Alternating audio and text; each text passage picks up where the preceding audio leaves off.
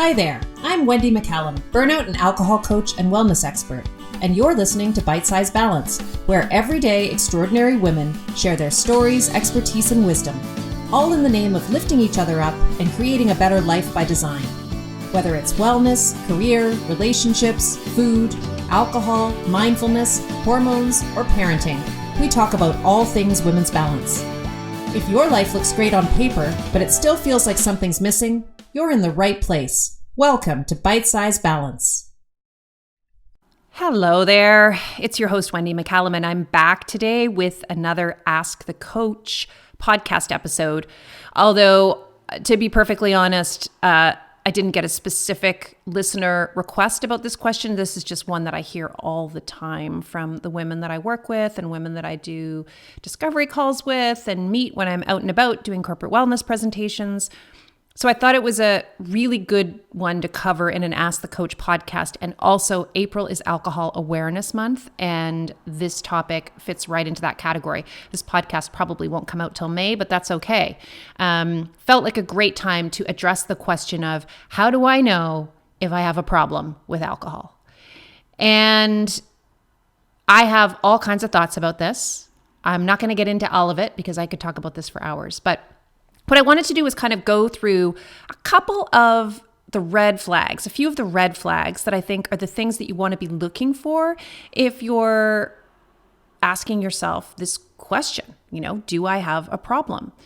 And I'll give you a little bit of my own story as I answer this question as well, because I think that might be helpful to you guys. And if you haven't listened to the previous episodes that I've done around alcohol, there are a number of them out there. I am a burnout coach and a wellness expert. My real kind of zone of genius when it comes to working with clients is working with busy, professional, and executive women who are struggling with the signs of burnout, whose lives are feeling overwhelming to them, probably as a result of both burnout from the job and career and also caregiver burnout as parents or as children of aging parents who are also using alcohol too often as a coping mechanism. So my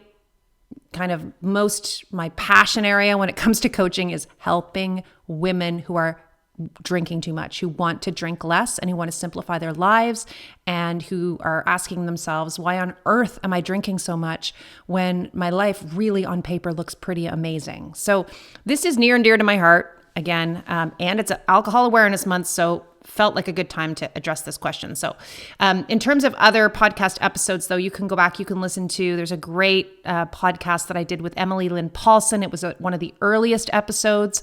Also just recently did a podcast that has aired with Jessica Landon, who's an incredible recovery warrior and advocate for normalizing the conversation around women's drinking. That was a great one. I think my favorite maybe two episodes were the episodes where I talked to Annie Grace, who is my mentor, and of course the author of This Naked Mind. She was on my podcast. We had an incredibly interesting and just enjoyable conversation about women's drinking and burnout. And then the other one that I absolutely loved was my conversation with Jardine Liebert, who is one of the authors of The Sober Lush, which is one of my favorite books in relation to alcohol to come out lately. So then, of course, I told my story in my 3-year alcohol-free anniversary episode. So if you don't know anything about me and my history with drinking, you can learn all about that in that episode. So there are lots of episodes out there that I think will provide a bit of a jumping off point for you if this is something you want to learn more about. And there will be many more to come. I also talk about this a lot in all of my other podcast episodes. So whenever we're talking about unhealthy coping mechanisms, for women, alcohol is always right up there with food, social media, online shopping, just to name a few. So let's talk about, how do I know if I have a problem with alcohol? Great question. So the first thing I would say is this: if you're asking that question, there's a pretty good chance alcohol's not serving you anymore. I don't think that people who don't have a problem with alcohol regularly ask themselves if they might have a problem with alcohol. So that's my first thing. I know that sounds really blunt and trite, but I think it's true. And I wish I'd known that, because for many, many years, I asked myself if I had a problem with alcohol. And the answer should have been pretty obvious to me by the fact that I was asking myself that regularly. So I think that's, one thing, a place to start. But let's get into some more details around this, because again, that's kind of an oversimplified answer. Oftentimes, one of the things that we struggle with is that objectively, it does not appear that we have a problem to anyone else. So on the outside, it feels like our drinking is kind of in line with a lot of the other women that we hang out with, their drinking, and nobody would ever identify us as having a problem. And we haven't had any kind of objective rock bottom moments that might push us into the category of problematic drinkers. So I think one of the things that hinders us a lot from actually making some change and starting to drink less and doing the work that's required to take a look at our relationship with alcohol is that nobody else thinks we have a problem. And I think you need to stop and ask yourself how much that actually matters. The truth is, if you are at a place where you're starting to question your relationship with alcohol on the regular, you find yourself asking yourself, like, is this a problem? Should I be drinking less? Maybe you're already at that stage where you have tried to drink less, so you have made up some rules for yourself, like I'm only going to drink on the weekends, or when I drink, I'll only have 2 drinks, or I'm going to take 14 days off alcohol so that I can prove to myself that I can not drink. If you've been doing that and breaking those promises to yourself after a time, which is what we all tend to do, that is also a sign that maybe you're at a place where you might want to dig a little deeper into this thing. I don't think it's about whether somebody else thinks you have a problem or not. I always say this, that the question is not, could this be worse? Is this bad enough for me to stop drinking? The question that really matters is this life good enough anymore with alcohol in it? What is alcohol costing me here? What might my life be like without it? So the first sign that you might have a problem is that you're actually asking yourself if you have a problem. The second sign that you might have a problem is that you find yourself looking for objective confirmation, so outside of yourself, that you don't have a problem. So you're looking for that. You're looking for that either in what other people say to you when you talk to them about the fact that you're concerned about your drinking, or you're looking for it in the behavior of other women that are part of your circle. And this is something that I did all the time. I would look at other people's drinking behavior and I would justify my own based on that. I would say, well, that person drinks as much as me, so I don't think this is a problem. I think this is normal drinking. There are lots of problems with that. First of all, it doesn't matter how much someone else drinks. It may not be a problem for them. I have lots of friends who drink regularly and some who drink as much as I used to drink, and it's not problematic for them. It's not bothering them. It's not having the same effect on them as my drinking was having on me. So it really doesn't matter what other people are drinking. All that matters is how alcohol is affecting you and the impact that it's having on you. But the second piece of this is that you actually don't know what's going on in other people's lives. So when you look at other people as an example of kind of normal, I'm putting this in air quotes, typical drinking, and then you equate your own habits with that, and you say to yourself, well, I must be okay because they're okay. You have no idea they're okay. And trust me, take it from someone who does this. This is my job. I do this day in and day out. I work with women. You have no idea what is going on behind closed doors for women. I've said this many times on this podcast, and I'm going to repeat it today. 84% of North Americans drink, and about 70% of the drinkers wish they drank less, which means that the majority of drinkers are gray area drinkers. They're questioning their relationship with alcohol and how much they're using it. So looking to other people as proof that you don't have a problem is really not very helpful. Because the truth is most people are actually questioning their relationship with alcohol, whether they're questioning it out loud or not. Another sign that you might have, a relationship with alcohol that's not serving you anymore is that you are of two minds about it. This is really, really common. This is the classic kind of cognitive dissonance that happens with alcohol, which is you really, really want it, but you also really, really don't want it. So you're very, very torn. You want to drink every night. You find yourself wanting to pour that glass of wine for yourself every night, and it's very difficult for you to not pour it, but you also don't want it, in that you're having conversations with yourself all the time about how much you would love to not drink or to not want it as much as you want it. So If you're of two minds about it and you find it is consuming a lot of your mental space, you're just thinking about it all the time, thinking about whether you're going to drink, thinking about when you drank last, thinking about whether the last time you drank it was good, again, putting it in quotes, or bad in terms of how much you drank, that is a sign that maybe your drinking has become a problem for you, problematic. And listen, I don't use the word problem in a judgmental way at all. I was 100% there for a very long time. I use it in the most kind of useful and positive sense of the word problem, which is once you identify it as a problem, you have awareness around it. And yes, that can feel very uncomfortable. It can feel really yucky to realize, ooh, this thing is not where I want it to be in my life. But without identifying it as a problem, without labeling it as such, you're probably not going to do what needs to happen in order to change it and to actually create what you want for yourself in that area. So, I'm using the word problem in a very kind way here. Identifying that you have a problem with alcohol is actually a really critical and positive first step. Okay. So, you are of two minds. You have this cognitive dissonance going on around alcohol. That's another sign that maybe your relationship with alcohol isn't serving you anymore.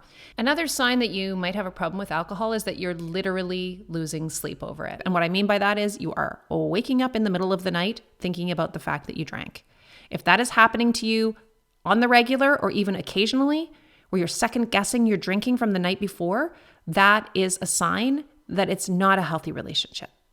That was happening for me in the last couple years while I was drinking. That was happening for me almost every single night that I drank. I would wake up in the middle of the night and I would beat myself up over the fact that I drank, even if I just had a couple glasses, you guys. Sometimes it was more than that. Sometimes it was just that. But I still would wake up and I'd think, told myself I wasn't going to drink. I made this plan not to drink. Why did I feel like I had to have that glass of wine? Why did I pour that glass of wine again when I had made this promise to myself that I wouldn't? The other way you're literally losing sleep over alcohol is that it's affecting the quality of your sleep. So, of course, as I have talked about on many other episodes of this podcast, most of you guys are in perimenopause or menopause. We are in that midlife bracket between the ages of, let's say, like 38 and 60. And in that bracket, we know from all of the conversations I've had with Dr. Sarah Bailey that our tolerance window starts to shrink as women, which means the things that bother us more, and we need less of them to have the reaction to them, if that makes sense. So she talks about how this window of tolerance shrinks as we get older, and things like sugar and alcohol and caffeine that maybe we could tolerate in bigger amounts when we were younger, we can no longer tolerate in the same way, and they start to have a real impact or effect on how we're feeling. Alcohol is really big factor in this for women. And one of the things that may be happening for you is you may have noticed that your quality of sleep has been dropping dramatically over the last couple of years. So you're not waking up feeling rested. You feel restless at night. You're tossing and turning. You're waking up a lot. Maybe you're hot. Maybe you're sticking your foot out from under the blanket because it's too warm. Maybe you're actually getting full night sweats. Maybe you're getting up to pee 300 times. Maybe you're getting up to have a glass of water. All of those symptoms at night are exacerbated by drinking. Trust me. I know that because I was having a lot of those symptoms before I stopped drinking. And when I stopped drinking, even though I wasn't in full menopause yet, I was still in perimenopause, those symptoms disappeared for me. So if you are literally losing sleep, you might want to think about the role that alcohol is playing in that, either in terms of nighttime anxiety and midnight wakings, because again, just a reminder, when we drink alcohol, it has an immediate depressant effect, but our body then kicks in to try to balance that out, and it pumps out the stress hormones, cortisol and adrenaline, which of course just create that stress response, that stressed feeling in our body. And that's oftentimes what wakes us up in the middle of the night, is those stress hormones flooding our blood. And there's a delay between the depressant effect of the last glass of alcohol that you have at night and those stress hormones being released, which is why you don't feel that until after you've gone to sleep, and that will often wake you up. So alcohol can disrupt your sleep in a significant way. It can act as a vasodilator. And as Sarah Bailey has said, red wine in particular has a lot of histamines in it. Both of those things can disrupt your sleep, causing hot flashes or reactions. And it also makes it difficult for you to get into a deep sleep because of the brain's attempt to maintain homeostasis by pushing out stress hormones to balance out the depressant effect of the alcohol in the first place. Okay. This is kind of a straightforward one, but I'm going to say it anyway. You question whether you're drinking too much. Like, you're having this conversation with yourself all the time. Am I drinking too much? Whether that's happening in the middle of the night when you wake up or it's happening during the daytime. For me, it was happening all the time. In fact, and I say this on my anniversary episode and probably in other episodes, I used to wake up and sometimes I could not turn my brain off. I would have to get up, go downstairs, make a cup of like chamomile tea, drink a big glass of water, have to calm myself down. And I would very often find myself on my laptop Googling, am I an alcoholic? Which, as I've said before, I wasn't. I did not meet the definition of an alcoholic when when I did the online test, which I did over and over again, because from an objective societal perspective, alcohol was not costing me in the way that the classic definition of alcoholic requires it to. So it wasn't affecting my work. I wasn't ever drinking in the morning. I was just, I didn't have any of those habits. I was getting up and I was going through my day and I was having a productive, great day. I was parenting. I didn't put my kids at risk. I wasn't driving while I was drinking. I wasn't doing any of that stuff. However, I was drinking more than I wanted to be drinking, and it was causing me incredible anxiety. And I was thinking about it all the time. I never stopped thinking about it in those last 2 years. It was always on my mind. I did not feel good about what I was doing. Didn't feel in alignment with my health and wellness goals. I didn't feel great as a balance coach and a wellness expert, still having alcohol in my life in the way that it was. I was thinking about it all the time and I was questioning it all the time. So I think those are kind of the main points that I wanted to raise in terms of this whole how do I know if I have a problem with alcohol question?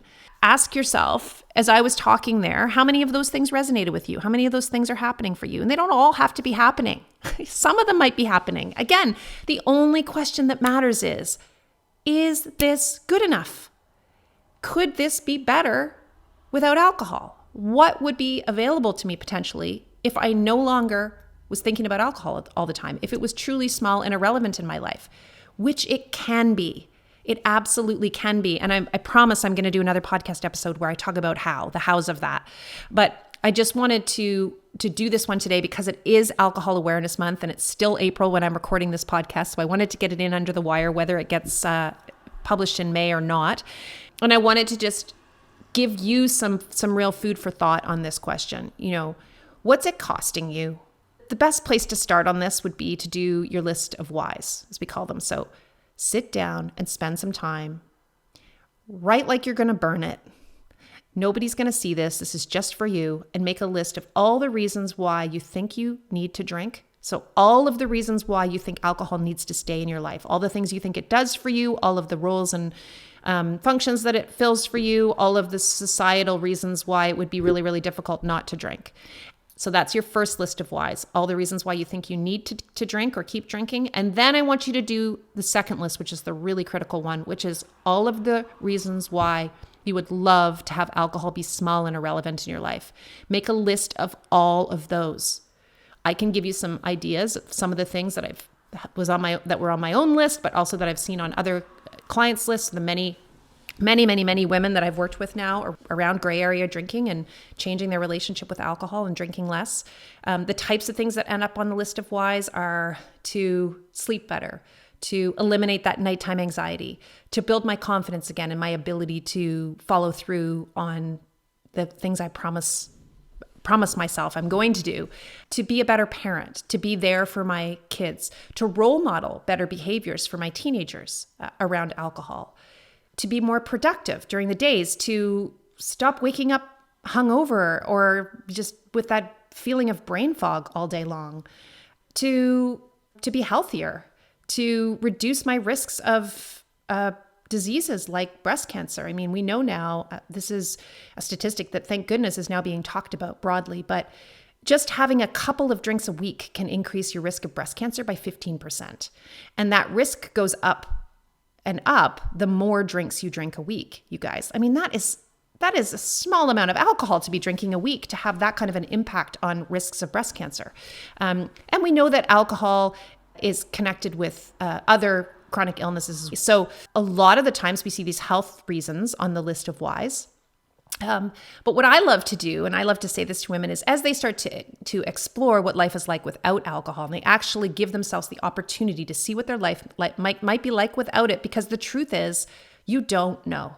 You think you know, and I thought I knew, and I thought it was going to be terrible. I thought I was going to feel so deprived and just be missing out on so many things. I was so worried about it. But when I finally gave myself just a free chance just to try it out and see, it turned out that it actually was the opposite of that. And it's been the best decision that I've ever made. And so what I like to do, and I like to get my clients to do this, is to continually revisit the list of whys and add things to it.